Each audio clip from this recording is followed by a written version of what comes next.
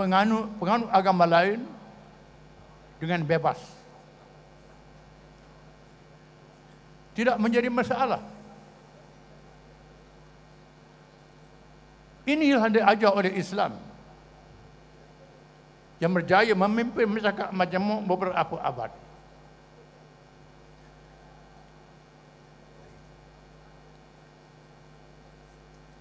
Tak banyak beza PAS dengan UMNO. Beza pendekatan saja. Yang mana dulu, yang mana kemudian, yang mana keutamaan. Sama-sama berjuang untuk menegakkan Islam. Membela bangsa. Mempertahankan negara dan tanah air. Hari ini kita mengalami satu perubahan yang sangat membahayakan. Bila dibawa satu perubahan yang sangat ekstrim, yang sangat melampau,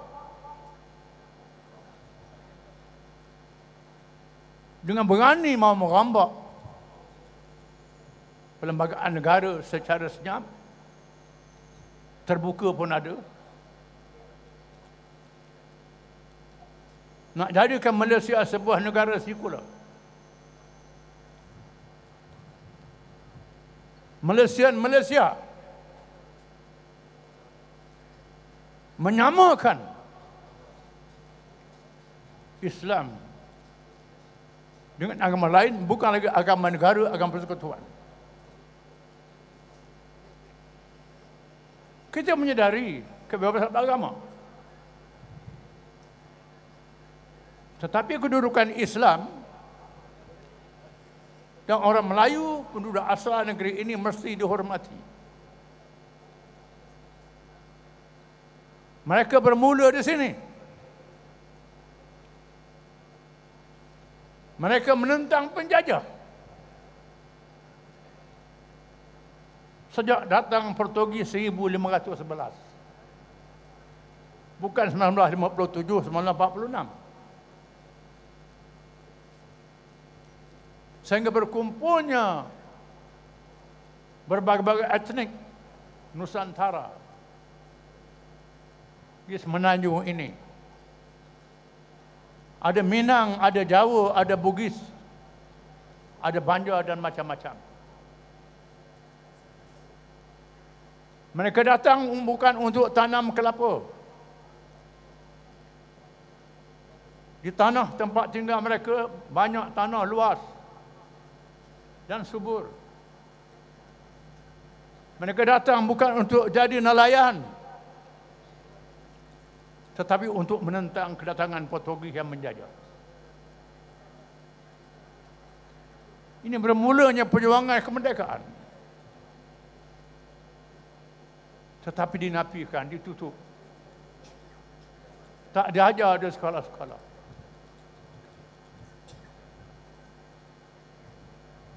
Wujudnya macam-macam etnik bukan secara spontan.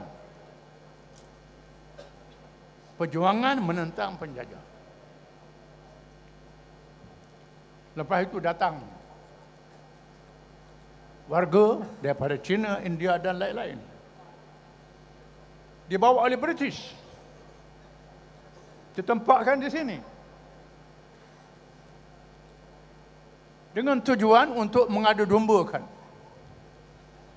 melagakan baik kepentingan kuasa penjajah. Namun orang Melayu yang berpegang dengan Islam ini boleh terima berbagai kaum. Kerana Islam mengajar manusia satu keluarga. Ada sifat kemanusiaan dalam diri kita. Sampai sekarang, keluarga Cina, India boleh tinggal di tengah-tengah keluarga Melayu yang besar. Di Kelantan, di Terengganu, di Kedah, di utara Malaysia. Tak jadi masalah. Boleh buka sekolah jenis kebangsaan. Boleh guna bahasa mereka, tak jadi masalah. Kalau ada orang kata Melayu ni rasis, ini sangat jahat. Kita terima masyarakat majmuk dengan landscape yang ada itu. Tapi datang Pakatan Harapan membuat satu perubahan yang ekstrim, yang mesti ditolak oleh rakyat. Malangnya oleh kerana kita tidak menunaikan kewajipan mengundi. Menganggap mengundi ini tak penting. Ramai orang Melayu tak mengundi. Pula pilihan raya. Tak kisah siapa merintah, sama saja. Mereka tak faham mengundinya makna memberi kuasa politik. Kalau kita tak mengundi, hilang kuasa politik kita. Kuasa politik sangat penting dalam Islam. Allah Ta'ala menetapkan kewajipan khilafah politik sejak Nabi Adam AS. Antara tugas manusia beribadat dan berpolitik, berkhilafah. Nabi-Nabi SAW berpolitik, memerintah, mentadbir dengan adil. Tiba-tiba orang Islam menganggap politik tak penting, tak keluar mengundi. Ulama mengatakan mempertahankan Islam dalam keadaan begini adalah fardu ain, bukan fardu kifayah lagi. Kuasa politik Islam dalam berbahaya. Sekarang kita berpecah, berebut takhta, berebut harta, macam-macam, tak peduli, berzikir, berdoa, tak salah. Tapi mempertahankan kuasa pemerintahan satu kewajipan sangat besar dalam Islam. Sehingga Nabi kita Muhammad sallallahu alaihi wasallam ditawarkan menjadi raja di Mekah. Ditawarkan dengan harta jadi pemimpin, percuma. Tapi tak ada kuasa pemerintahan. Tak ada kuasa politik. Ditolak oleh Nabi kita Muhammad sallallahu alaihi wasallam. Kerana kuasa politik sangat penting dalam Islam. Bila orang Madinah, Aus dan Khazraj menyerahkan tanah air mereka untuk diberi kuasa politik, maka Nabi SAW berhijrah ke Madinah. Menegakkan pemerintahan. Di awal-awal tegaknya pemerintahan Islam itu, Nabi nak pergi umrah ke Mekah. Lama tapi Mekah rindu. Dah pakai pakaian ihram. Tiba-tiba dia sekat oleh bala tentera musyrikin Mekah. Halang Nabi masuk Mekah. Lalu dibuat perundingan. Perundingan itu supaya Nabi tangguhkan umrah tahun hadapan. Tak tunai tahun ini. Tetapi mereka menerima hakikat politik pemerintahan di Madinah. Mereka terima hakikat ini. Maka Nabi menangguhkan umrah itu kerana mengutamakan iktiraf politik sebagai sebuah negara. Kita ini pandangan pilihan raya dengan umrah, pergi umrah dulu. Umrah sunat. Umrah wajib pun kena tangguh. Kerana wajib dalam Islam ada wajib mudayyak, wajib muwassaq. Wajib mudayyak, wajib yang tak boleh ditangguh. Muwassaq, wajib yang boleh ditangguh. Bila suasana pilihan raya untuk mendapat kuasa politik, tak boleh tangguh. Utama pilihan raya dulu, tangguh umrah dan haji. Baca sirah Nabawiyah. Nabi tak buat haji selagi Mekah tak dibuka. Umrah ditangguh. Tapi orang Islam tak baca hal-hal ini. Tak mengaji perkara ini, menganggap tak penting. Kita kena sedar betapa bahayanya meninggalkan kewajipan politik ini. Sepanyol diperintah oleh Islam selama 800 tahun. Sepanyol hari ini Islam pun dah bertapak selama 800 tahun.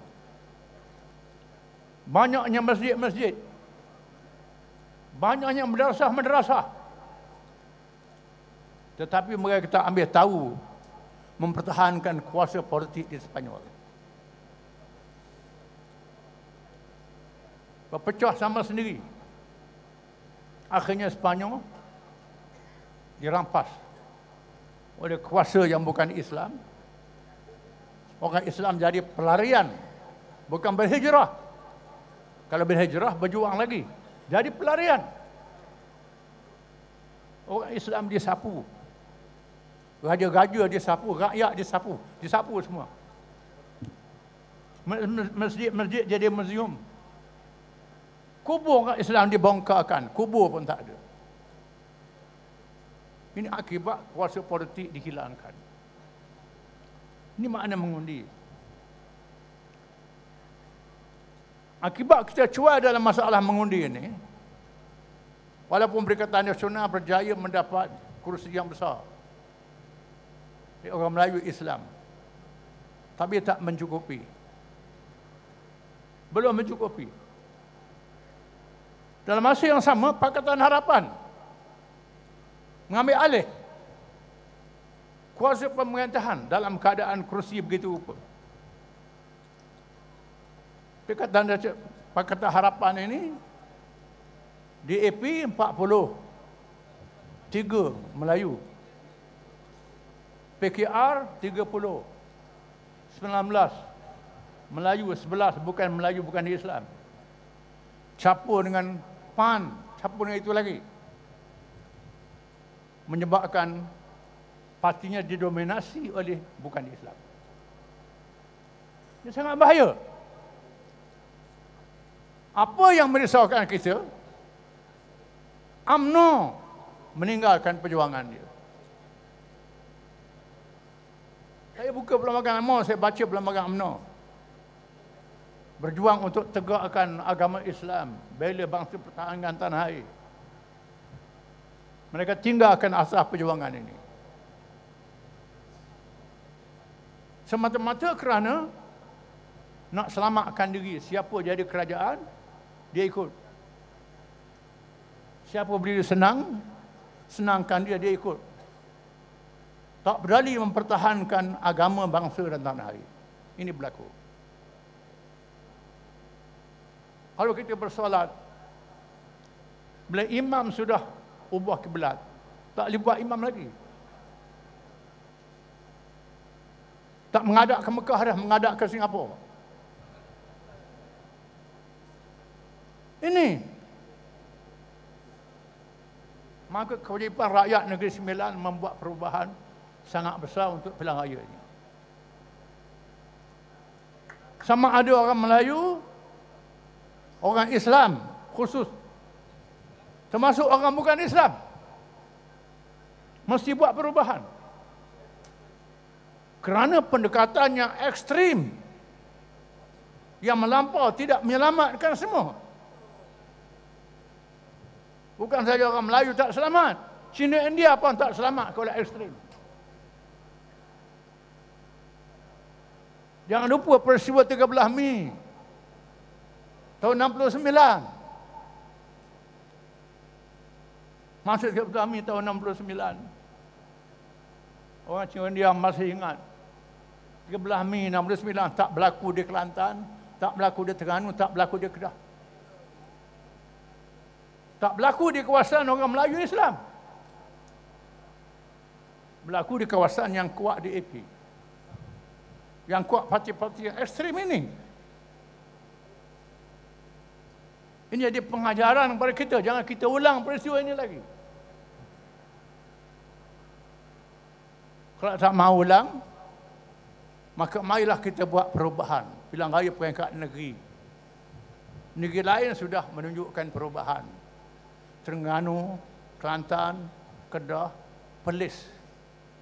Perubahan besar. Termasuk di Pahang. Perak ada perubahan. Selangor ada perubahan. Negeri Sembilan. Selangor dan Pulau Pinang kita harap ada perubahan. Melaka dengan Johor ketinggalan. Tak apalah. Selesai Negeri Sembilan dulu. Selangor dengan Pulau Pinang. Selesai. Tunaikan tanggungjawab mengundi. Jangan tak mengundi. Ada ustaz-ustaz kata mengundi ni tak ada dalam Quran, tak ada dalam hadis. Betul, tak ada Quran dalam hadis. Bukan perkara Islam ni semua ada dalam Quran dalam hadis. Petunjuk Islam sepanjang zaman.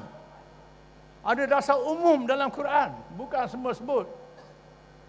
Termasuk dasar umum. Ada dalam Islam, dasar umum ni kita kena sedar. Ada perkara yang tak disebut, tapi wajib. Contohnya, bila nak pergi Mekah, pakai pasport, pakai visa. Pasport visa tak ada dalam Quran. Tetapi untuk keselamatan Mekah dan Madinah, mesti ada pasport dan visa. Ini amalan orang Barat. Islam terima, ini kebijaksanaan. Cuba pergi Mekah, tak ada pasport, tak ada visa. Pergilah. Maka sediakan pasport dan visa adalah wajib. Dan Nabi kita Muhammad SAW tulis surat kepada raja-raja dunia. Tulis surat kepada Raja Rom, Raja Parsi, Raja Mesir, Raja Habasyah, Oman dan lain-lain. Setelah surat ditulis, lalu sahabat kata, ya Rasulullah, raja-raja ni dia tak terima surat kalau tak ada tanda rasmi. Mesti ada khatam, ada rubber stamp. Kenyataan surat rasmi itu ada tanda rasmi dia. Ini amalan masyarakat. Lalu Nabi suruh sahabat buat khatam Muhammad Rasulullah untuk capkan. Surat jadi rasmi. Ini bukan semua ada dalam Quran dan hadis. Ada perkara yang kita kena pakai. Bila Nabi nak berhijrah dari Mekah ke Madinah, terpaksa cari jalan pintas. Lalu Abu Bakar meminta khidmat seorang bukan Islam, yang musyrik, menyembah berhala, bukan Islam, tapi tak bermusuh dengan Islam. Dia tahu jalan pintas. Lalu Nabi benarkan, gunakan pemandu ni. Dia bukan Islam. Tak jadi salah. Ini kebijaksanaan. Hal politik, kebijaksanaan yang sangat penting, sangat besar. Politik ni sangat besar. Oleh silap langkah, Jahannam. Apalagi berlakunya kemungkaran, Nabi sebut tadi. Sudah berlaku kemungkaran. Pemimpin dipilih kalangan mereka yang penyangak, banduan, perasuah, penjenayah, penipu, jadi pemimpin. Allah Ta'ala jadikan orang-orang yang jahat memimpin kamu. Ini amaran Nabi. Kalau kamu tak suruh kebaik, tak cegah kemungkaran, Tuhan jadikan orang yang jahat memimpin kamu. Turun azab ke atas kamu. Azab kenaikan harga barang, jatuh nilai mata wang, macam-macam. kesihatan ekonomi. Ini bala, bencana. Azab. Orang yang baik berdoa, Tuhan tak terima doa dia. Panggillah Syekh Yaman, Syekh mana pun doa, Tuhan tak terima. Kerana kamu tinggalkan kewajipan amal ma'ruf dan nahi munkar. Mengundi adalah cegah kemungkaran, suruh yang baik. Kewajipan yang besar adalah Islam. Maka keluar ramai-ramai. Pilih parti yang nak bawa perubahan kepada yang baik. Nak lakukan islah perubahan, selamatkan negara. Iaitu Perikatan Nasional. Saya harap pengundi Negeri Sembilan yang boleh mengundi, keluar semua mengundi. Tunaikan tanggungjawab ini. Tunaikan kewajipan ini. Jangan leka, jangan pandang ringan. Ini satu kewajipan yang sangat besar yang mesti kita tunaikan. Oleh kerana di belakang saya ada penceramah lagi, cukup sekali itu. Wabillahi taufiq wal hidayah. Wassalamualaikum warahmatullahi wabarakatuh. Waalaikumsalam warahmatullahi taala wabarakatuh. Takbir! Takbir! Takbir! Baik, tuan-tuan dan puan-puan yang dirahmati Allah sekalian. Sebelum kita pergi kepada ucapan terakhir daripada pengerusi Perikatan Nasional Kebangsaan, saya dengan ini menjemput dan mempersilakan Tan Sri Muhyiddin Yassin diiringi oleh Datuk Sri Faizal Azumu untuk menerima satu memorandum daripada gabungan NGO NGI Negeri Sembilan yang akan menyatakan sokongan kepada Perikatan Nasional Negeri Sembilan. Dengan ini saya menjemput dan mempersilakan Al-Fadhil Ustaz Rozmin Adam, Puan Dayangku Intan, Cikgu Muhammad Zai, Zul Amali Hussein mewakili Brotherhood Negeri Sembilan dan berserta bersama-sama dengan mereka sebanyak 25 NGO dan NGI yang menyokong Perikatan Nasional Negeri Sembilan. Dan bersama-sama dengan kita juga pada malam ini sebenarnya tuan-tuan dan puan-puan sekalian, bekas Exco Pemuda UMNO Malaysia, seorang selebriti yaitu Piyu Raihan. Siapa yang kenal Piyu Raihan? Hari ini tuan-tuan, beliau mengisytiharkan akan menyertai keluarga PAS dan Perikatan Nasional. Dan juga bersama-sama dengan kita, bekas Exco Pemuda UMNO Malaysia, Saudara Faris Hadi, juga akan menyertai keluarga besar Perikatan Nasional Negeri Sembilan.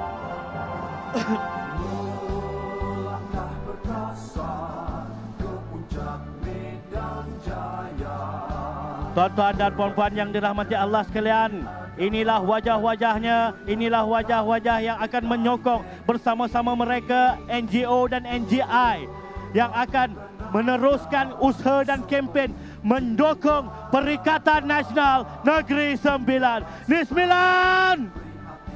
Nismilan! Nismilan! Terima kasih kepada Tan Sri kerana sudi menerima memorandum. Nak saya baca ke memorandum tu? Tak perlu ke baik?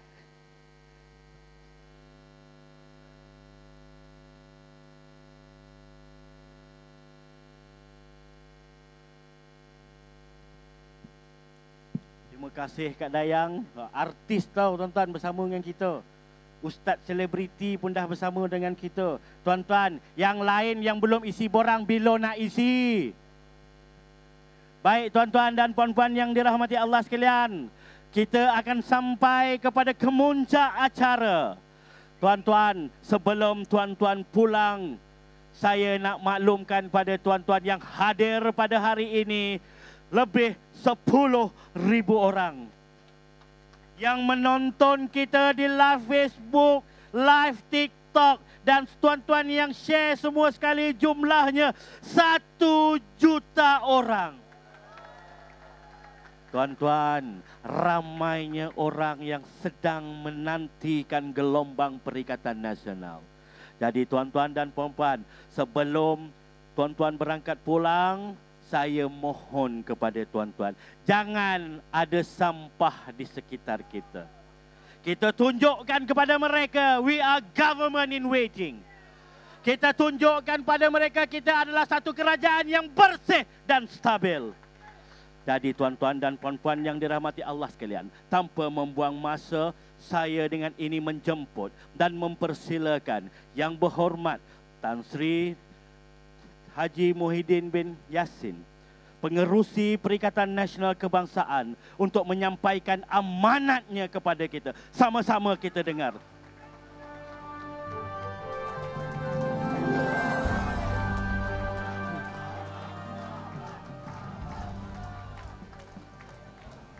Terima kasih. Bismillahirrahmanirrahim. Alhamdulillah Rabbil Alamin. Wassalatu wassalamu ala ashrafil anbiya'i wal mursalin. Wa ala alihi wa sahbihi ajma'in. Allahumma salli wa sallim ala sayyidina Muhammadin al-Fatihi lima uqlik. والخاتم لما سبق وناصر الحق بالحق والهادي إلى صراطك المستقيم وعلى آله وصحبه حق قدره ومقداره العظيم. Assalamualaikum warahmatullahi wabarakatuh. Saudara pengacara majlis, Yang Berhormat Tan Sri Tuk Guru Haji Hadi Awang, Timbalan Pengurusi Perikatan Nasional yang juga Presiden PAS, Yang Berhormat Tan Sri Rais Yatim yang di-Ketua Dewan Negara, yang berbahagia Datuk Faizal Azumo, Pengurusi Perikatan Nasional Negeri Sembilan, yang berbahagia Tan Sri Anwar Musa. Saya mengambil kesempatan mengalu-alukan penyertaan beliau di dalam PAS dan juga Perikatan Nasional. Ahlan wa sahlan wa marhaba. Ahli-ahli yang berhormat di peringkat Parlimen dan Dewan Undangan Negeri, pimpinan-pimpinan Perikatan Nasional, yang berbahagia yang berhormat Datuk Azmin Ali, Ketua Penerangan Perikatan Nasional, Pengurusi Gerakan Negeri Sembilan, saudara-saudari yang saya hormati sekalian. Apa khabar semua? Saya harap ucapan akhir ini tidak menyebabkan saudara semua jatuh tidur lebih awal. Boleh tunggu sikit. Alhamdulillah, saya panjatkan rasa syukur kehadrat Allah Subhanahu wa taala kerana pada malam ini dapat bersama-sama dengan saudara-saudari dalam satu perhimpunan yang begini besar, yang dianjurkan oleh Perikatan Nasional, khususnya di peringkat Negeri Sembilan ini.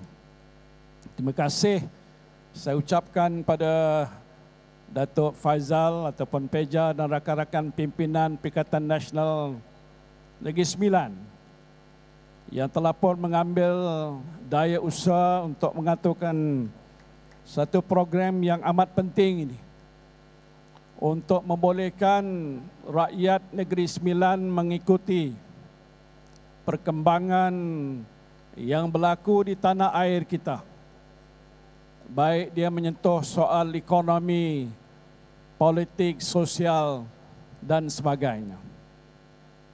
Sebelum saya berucap tadi, saudara-saudari telah pun mendengar ucapan pemimpin-pemimpin yang lebih awal tentang apa yang sedang pun kita hadapi di negara kita pada waktu ini, di bawah kerajaan perpaduan pimpinan Datuk Seri Anwar Ibrahim.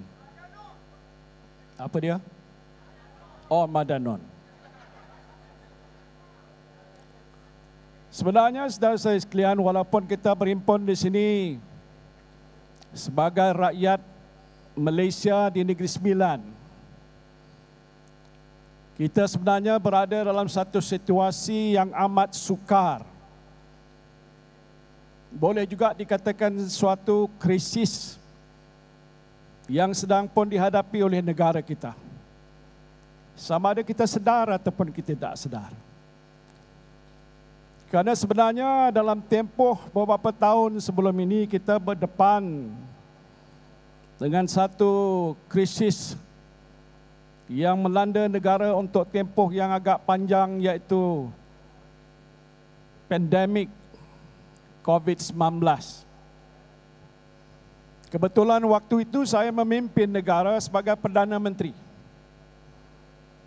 Dan ditakdirkan oleh Allah Subhanahu wa taala, saya berdepan daripada tarikh mula saya mengangkat sumpah 1 bulan Mac 2020, COVID melanda negara kita. Satu situasi yang tak pernah dihadapi bukan saja oleh negara Malaysia tetapi seantero dunia. Bagaimana nak menguruskan soal krisis kesihatan yang luar biasa, COVID-19 yang tidak diketahui oleh bukan saja kita rakyat biasa tetapi pakar-pakar perubatan dan kesihatan seluruh dunia. Tapi apapun, saya tidak nak menceritakan panjang sangat tentang hal itu, kata kita semua terlibat secara langsung. Tidak ada seorang pun yang saya fikir ada di sini dan di mana-mana terkecuali. Siapa di sini yang tidak dapat suntikan COVID-19? Angkat tangan. Semuanya.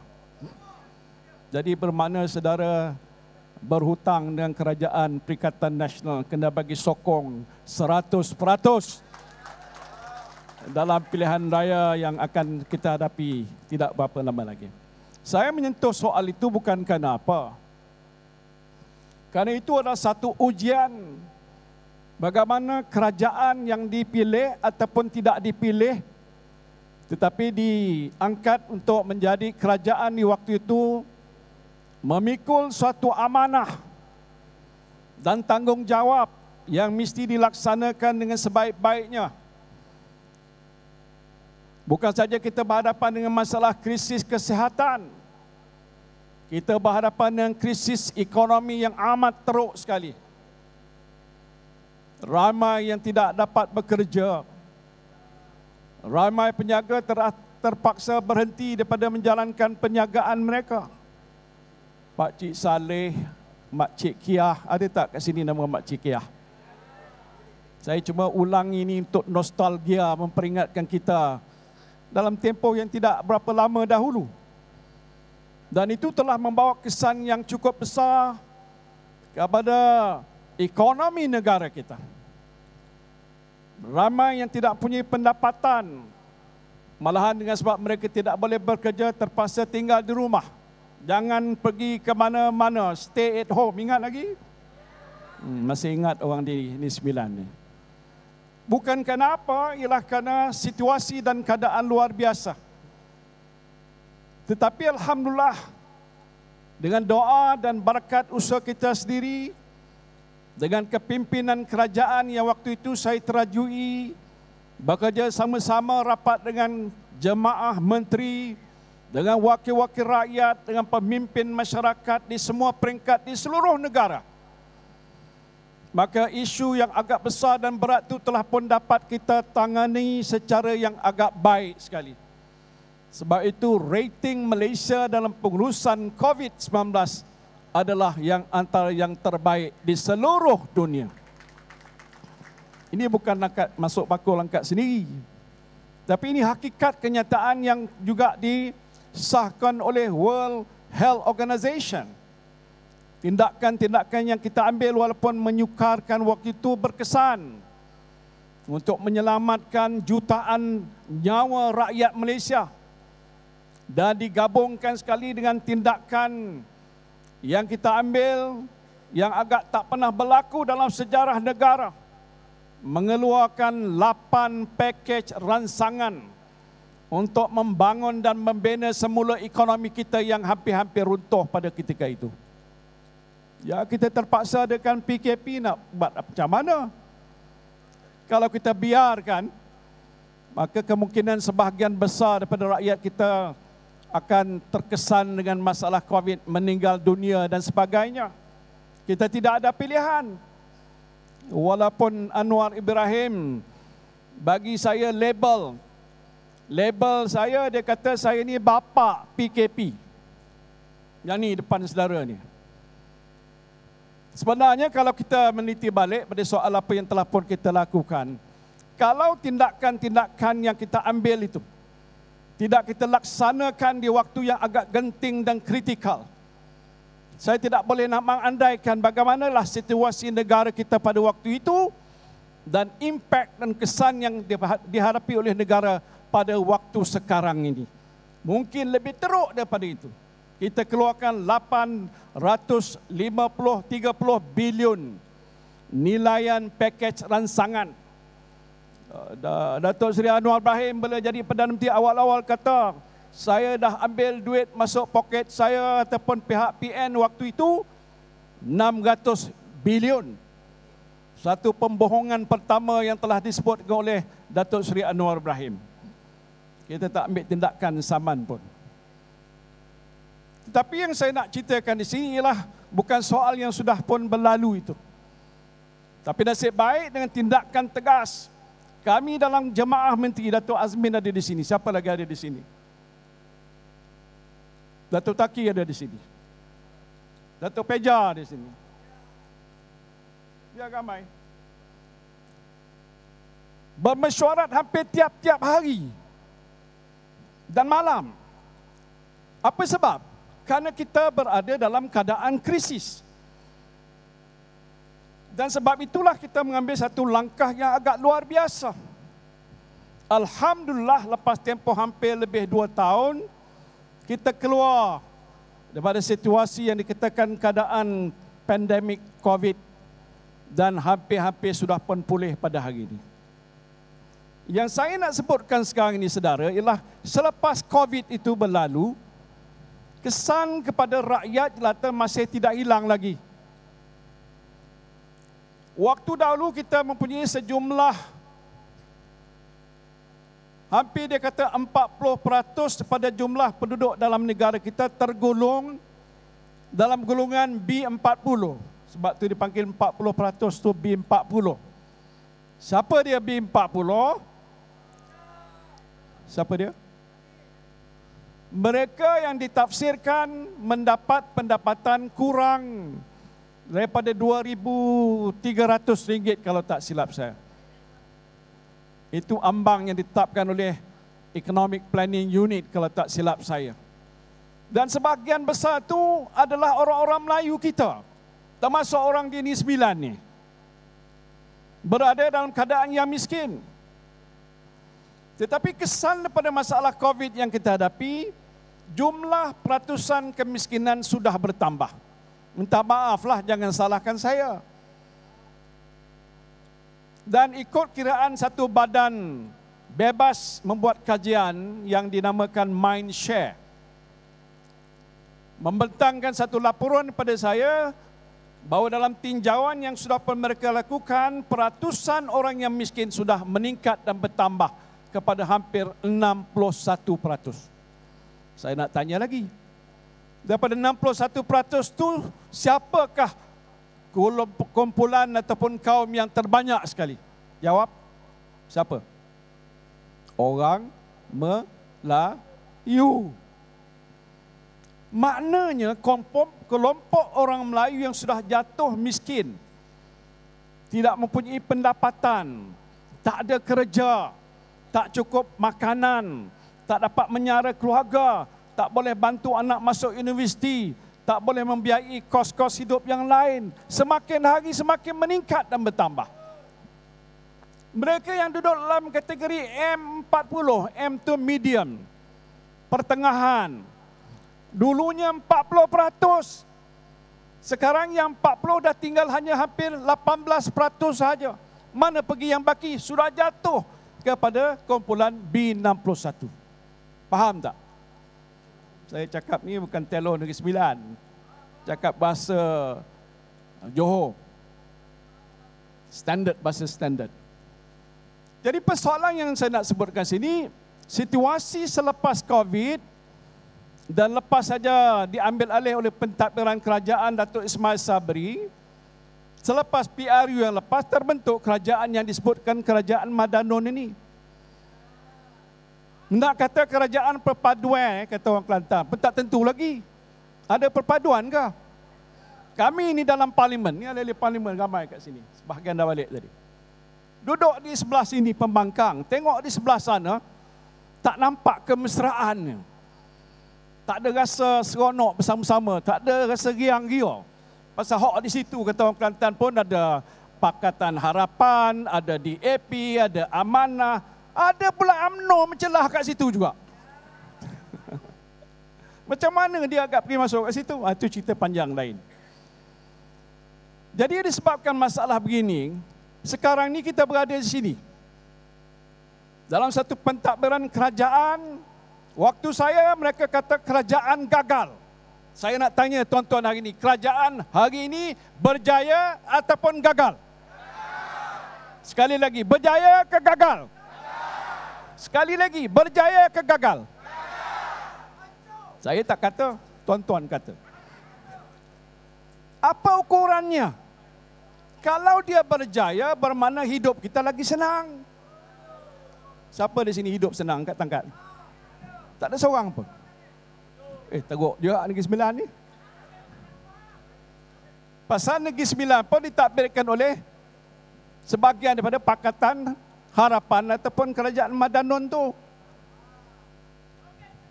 Keadaannya tidak bertambah baik. Tadi Datuk Taki dah ceritakan, dah 6 bulan dah. 6 bulan, ni satu tempoh yang panjang. Biasanya bila sebuah kerajaan terbentuk, kita biasa tetapkan 100 hari yang pertama. The first 100 days. Siapa pun di mana negara pun biasa dibagikan satu tempoh. Nak tengok sama dalam tempoh 100 hari yang pertama tu ada petanda-petanda tak bahawa kerajaan itu sudah mula mengambil satu tindakan yang dirasakan melegakan dan juga yang memberikan harapan kepada pengundi yang telah menyokongnya. Tapi apa jadi selepas 100 hari di bawah kerajaan perpaduan? Apa tuan-tuan dapat? Relax. Tak dapat apa pun. Saya sebutkan begitu kerana di waktu kita dulu dalam keadaan krisis juga. Masalah kesulitan memang ada, kerajaan menghadapi masalah keuangan. Tetapi kerana masalah itu melibatkan kehidupan dan nyawa rakyat, kita mau tak mau terpaksa mengambil satu langkah yang agak berani. Bawa usul dan juga bentangkan rang undang-undang untuk menguruskan masalah COVID.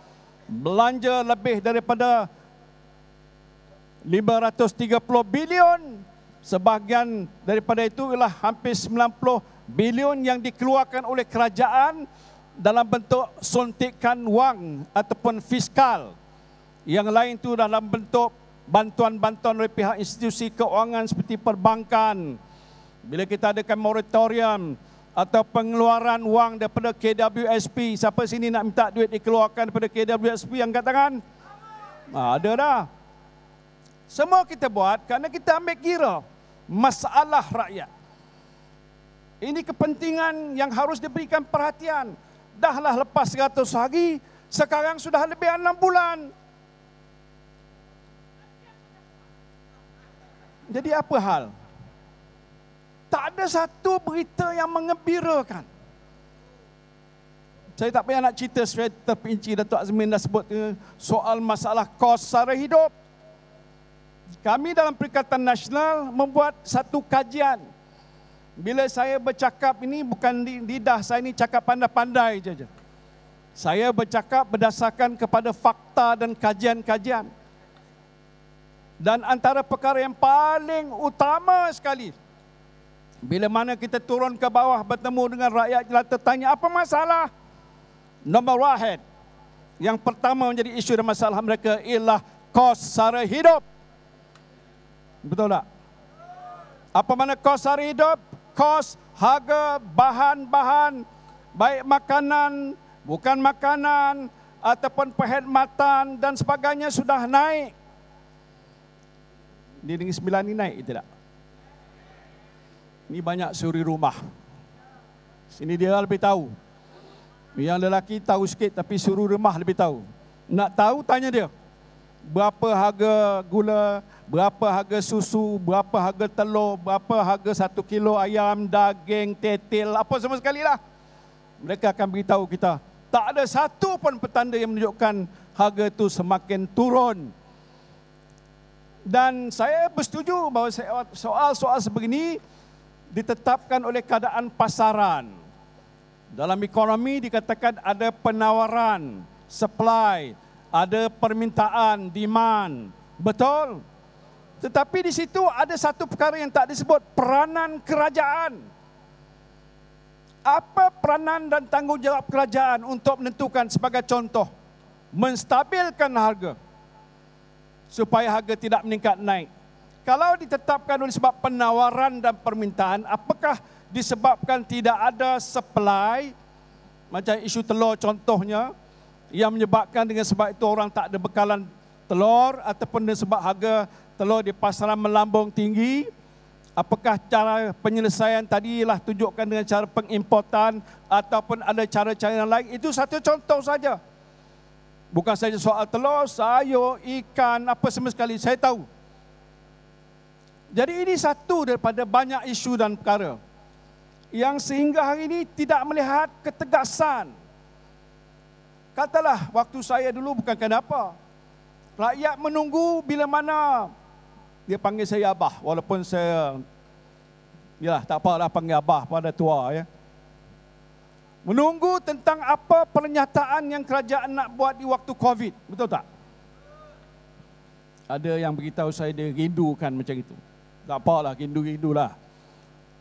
Untuk menjelaskan situasi semasa dan apa langkah, tindakan, apa pemberian, apa bantuan yang kerajaan boleh buat untuk menangani masalah keluarga supaya ada makanan di atas meja. There must be food on the table. Ini penting. Kalau kita ada keluarga dengan jumlah anak 4-5 orang, itu kalau satu buah rumah. Kalau banyak rumah, lagi banyak lagi. Apakah kita dapat pasti bahawa mereka ini mempunyai cukup makanan untuk keluarga mereka setiap hari?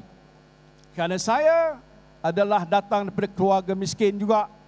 Saya daripada Muar, Kampung Bakri.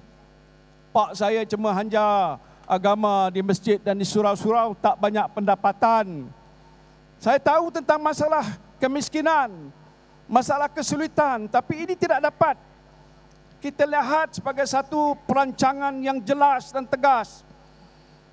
Waktu kita badan kajian, kita bentuk National Economic Action Council.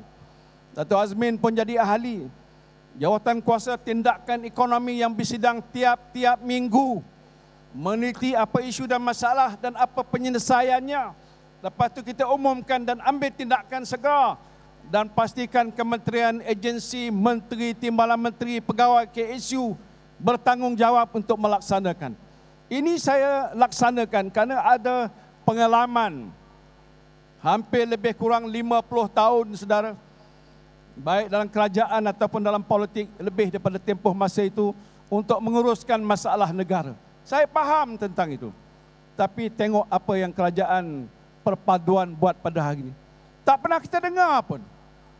Apa langkah-langkah jangka pendek, jangka sederhana, jangka panjang nak dibuat untuk nak memulihkan ekonomi negara kita. Saya sebutkan kita berada dalam krisis kerana ekonomi kita belum pulih. Dan kalau kerajaan pada hari ini kekal sebegitu dengan tidak ada Satu langkah tegas, perancangannya jelas. Apa yang akan dibuat dalam tempoh sebulan, 2, 3 sampai hujung tahun dan tahun depan. Saya rasa takut, bukan bimbang.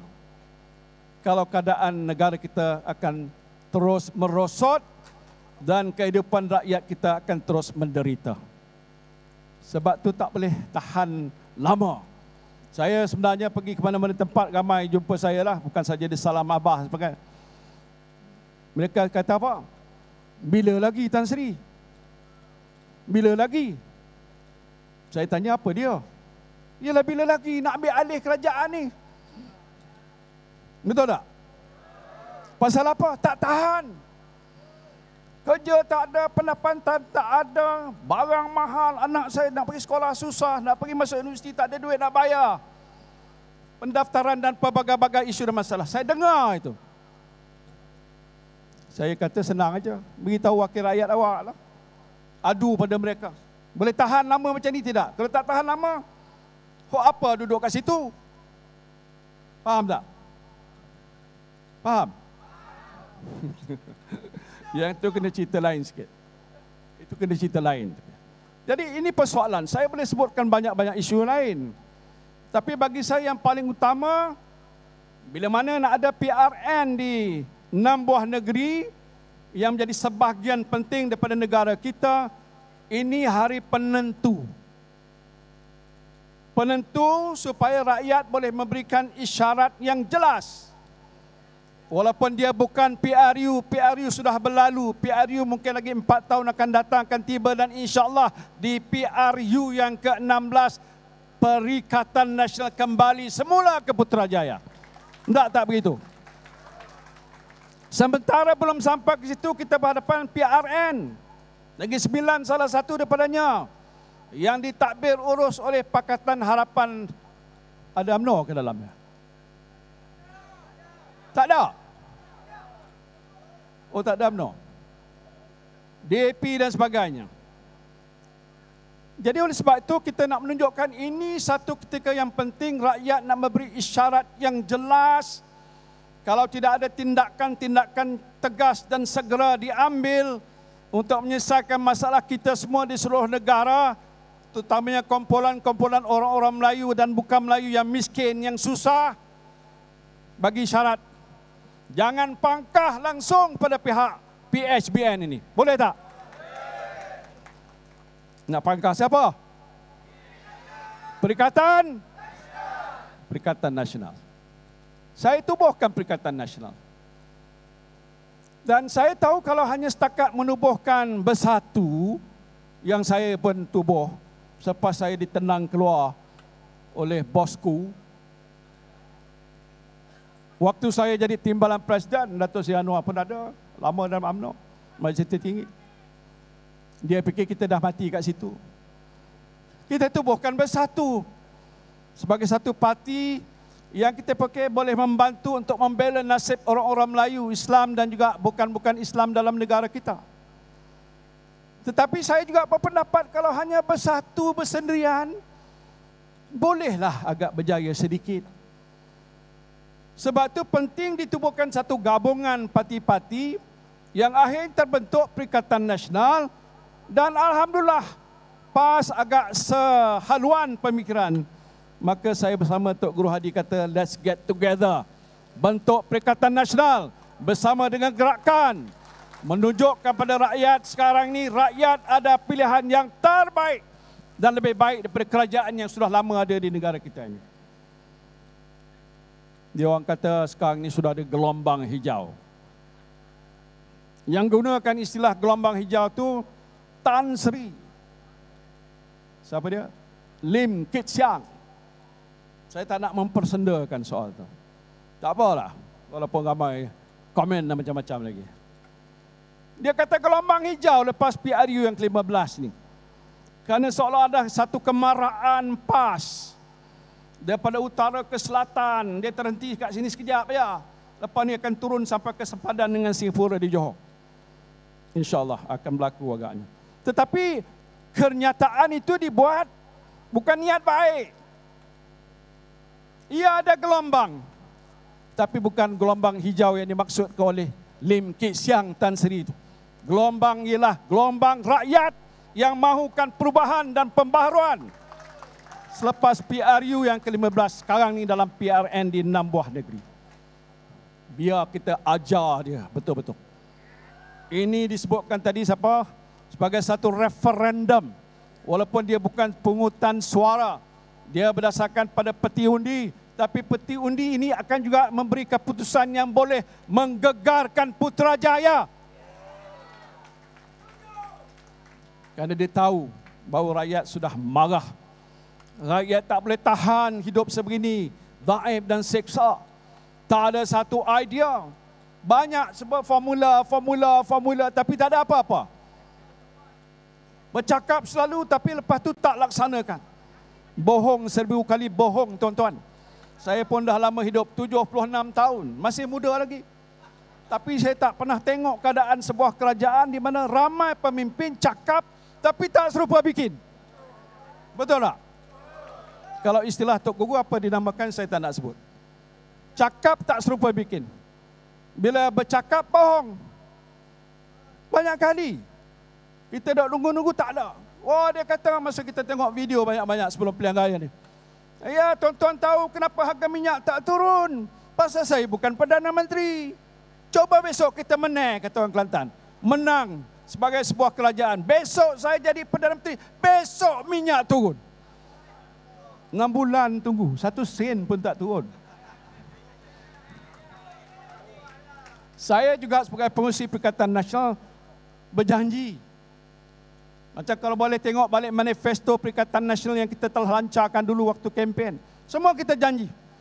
Kalau hari tak silap terbentuk sebuah kerajaan Perikatan Nasional, segala apa yang kita janji, yang kita tahu boleh kita laksana, akan kita tunaikan. Tapi malang, 1000 kali malang. Apa nak buat? Kita ada 115 kursi hari itu. Entah macam mana tak jadi Perdana Menteri, tak bentuk kerajaan. Tak apalah. Itu segalanya ditakdirkan oleh Allah Subhanahu wa taala. Kita terima saja, reda. So what is important now? Apa yang penting sekarang? Ini PRN. Apa orang Negeri Sembilan ataupun Negeri Sembilan ni nak buat? Pertama disebut oleh Tok Guru tadi, keluar beramai-ramai mengundi. Saya nak serukan semua orang, dan khususnya orang Melayu, mesti satu-satunya keluar mengundi. Boleh tak? Dia ada sebab musababnya, tuan-tuan. Kalau tuan-tuan kata nak berjaya, dan semua kursi-kursi Dewan Negeri kita tanding ini, yang kata majoriti Melayu 60, 70, 80% ikut kiraan kasar, kata orang tu dah menang dah. Saya tak boleh kata gitu. Tapi ada sebahagian kursi di Negeri Sembilan itu tak sebegitu. Dia ada entah 5%, 50% Melayu, Cina dan sebagainya. Kursi-kursi yang sebegini ini, kalau sekiranya pengundi Melayu, terutamanya, saya tak kata kena orang bukan Melayu jangan keluar mengundi, terutamanya pengundi Melayu keluar beramai-ramai, 100%. Di tiap-tiap pusat daerah mengundi yang ada pengundi Melayu keluar, nanti tuan-tuan tengok keputusan macam mana. Seronok kita. Semua kursi kita akan sapu bersih. Dan insya-Allah boleh dengan mudah bentuk kerajaan di peringkat Negeri Sembilan ini. Tadi Tok Guru jelaskan, it's important, penting. Kita nak ingatkan bahawa Melayu terutamanya dan juga bukan Melayu, tanggungjawab ini mesti dilaksanakan dengan sebaik-baiknya supaya kita dapat menyatakan perasaan kita tentang isu yang kita hadapi dan apa yang kita mahu dilihat berlaku dalam kerajaan di peringkat negeri yang kita hadapi hari ini. Banyak masalah negara, tuan-tuan. Saya tak payah nak sentuh. Saya sentuh ekonomi satu-satunya. Kalau kerajaan Madanon ini fikir dia nak bantu rakyat, itu ditumpukan dulu. Tak payah pergi melawat seluruh dunia pun tak payah. Waktu zaman saya pun tak melawat pasal ada COVID. Macam mana? Ini tiap-tiap seminggu dia keluar, dia keluar, dia keluar. Semalam saya baca berita, tuan. Saya nak sebut juga di sini pasal rasa tak sedap. Waktu Presiden Indonesia datang ke sini, Jokowi bertemu dengan Datuk Seri Anwar, antara keputusan dan yang telah pun dimeterikan ialah soal sempadan maritim antara Malaysia dan Indonesia. Saya faham waktu saya jadi Perdana Menteri, ini adalah antara isu-isu yang masih lagi tak selesai. Ronding dengan ronding, bersetuju sedikit, tak bersetuju sedikit, sampai hari ini tak selesai. Pasal banyak perkara yang agak sensitif. Dan dia berkaitan dengan sempadan-sempadan. Antara yang berkaitan dengan sempadan adalah sempadan Johor dan negeri Sabah. Saya tak payah nak tunjukkan geografinya, kalau saudara tahu boleh rujuklah pada peta-peta yang ada. Saya tak tahulah sama ada waktu mana dinasihatkan oleh pakar-pakar maritim Malaysia. Beritahu Perdana Menteri, don't sign. Jangan tanda tangani. Tapi dia sign juga, tuan-tuan. Saya ni sebagai Perdana Menteri dulu, kalaulah saya kata saya nak ikut apa kehendak saya buatlah. Tapi dalam perkara-perkara yang menyebut soal dengan isu yang berkaitan dengan sovereignty, sempadan antara bangsa dengan negara-negara lain, tak boleh buat putusan dengan mudah. Berkompromi sehingga kita menyebabkan kawasan-kawasan kita dah diambil alih oleh orang lain. Saya tak menuduh Perdana Menteri ini. Saya nak minta dia beri penjelasan ataupun beri kenyataan dan keterangan kepada rakyat. Saya terbuka dan tak payah diselindungkan apa yang dia telah meterai dan perjanjian itu. Kerana ada laporan yang beritahu pakar-pakar maritim nasihat Perdana Menteri jangan sign. Kalau dia nasihat jangan sign, ada perkara-perkara tertentu saya dah dapat tadi sebahagian pada konten apa perjanjian atau isu-isu masalah sempadan antara kita dengan Indonesia ialah negara sahabat kita. Tapi yang berkaitan dengan kedaulatan dan sovereignty tak boleh kompromi. Jangan mudah-mudah nak bagi walau seinci pun. Betul tak? Saya tak tuduh. Saya nak minta Perdana Menteri jelaskan. Betul ke begitu? Sign saja dengan tidak ambil kira pandangan pakar. Kita ni walaupun Perdana Menteri, kita tak pakar.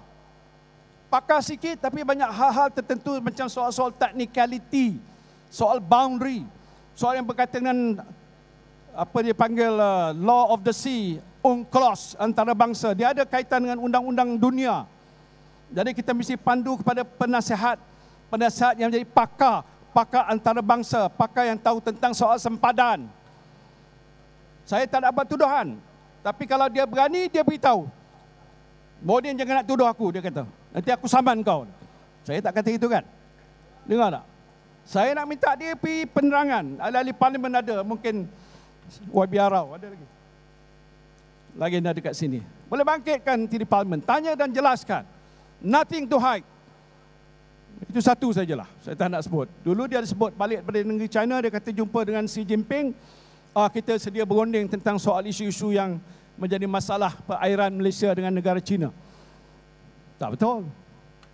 Kita bila dah wilayah kita ni, macam Negeri Sembilan ni, jangan kacau.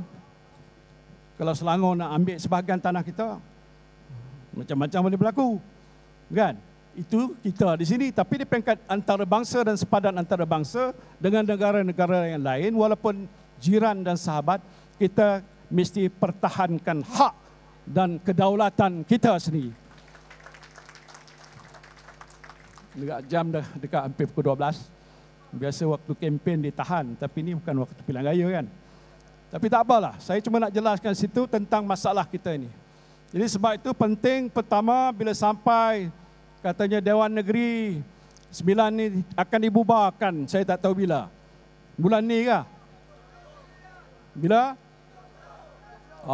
Dah isytihar pun 30, bukan saya. 30 hari bulan, maka terbubarlah Dewan Undangan Negeri Sembilan. Bermakna bila terbubar, dah tak ada kerajaan. Kalau ada pun kerajaan tu kerajaan sementara, caretaker. Pasal hak dan kuasa tu dah dibalikkan semula kepada kita orang Negeri Sembilan yang ada hak untuk mengundi. Jadi kita kena gunakan tu. Pastikan setiap pengundi-pengundi yang ada di kawasan kita keluar beramai-ramai untuk mengundi supaya kita dapat menentukan masa depan kita yang lebih baik. Ya, mungkin kita nak tunggu perubahan kerajaan di peringkat persekutuan itu mengambil masa. Kita tunjukkan dulu perubahan kerajaan yang ada di Negeri Sembilan ini. Boleh tidak? Saya fikir boleh. data-data yang menunjukkan ada kecenderungan, apalagi gabungan kerjasama dalam Perikatan Nasional, PAS, Bersatu dan juga gerakan bersama dengan badan-badan bukan kerajaan tadi datang ke depan saya serah memorandum pernyataan sokongan pada Perikatan Nasional. Terima kasih pada mereka dan saya harap ramai lagi akan ke depan untuk memberikan sokongan pada kita. Dan bagi jentera yang ada di sini, saya berharap saudara-saudara semua bekerja keras. Tak tidur pun tak apalah untuk tempoh 2 bulan ni. Saya fikir ini penting untuk menentukan kejayaan kita. Jadi sekali lagi saya ucapkan terima kasih pada semua pihak yang ada di sini.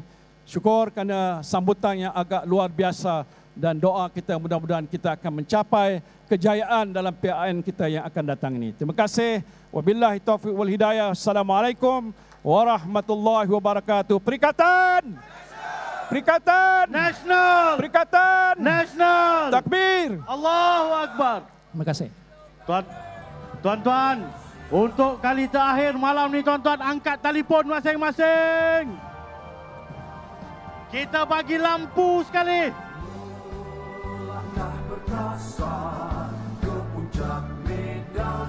Tunjukkan solidariti kita bersama dengan Perikatan Nasional. Bismillah. Bismillah. Bismillah. Tenaga sepenuh jiwa raga menggaras amanat prihatin rakyat, nilai murni dijunjung bersama.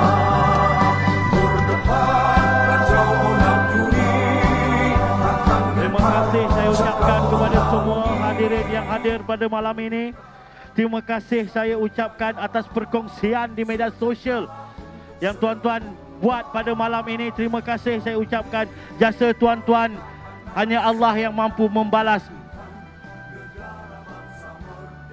Kepada siapa yang nak ambil gambar pimpinan-pimpinan kita yang berada di hadapan ini, kita bagi ruang sekejap. Inilah barisan kepimpinan Perikatan Nasional Kebangsaan yang akan mengetuai kita dalam kempen pilihan raya negeri di Negeri Sembilan.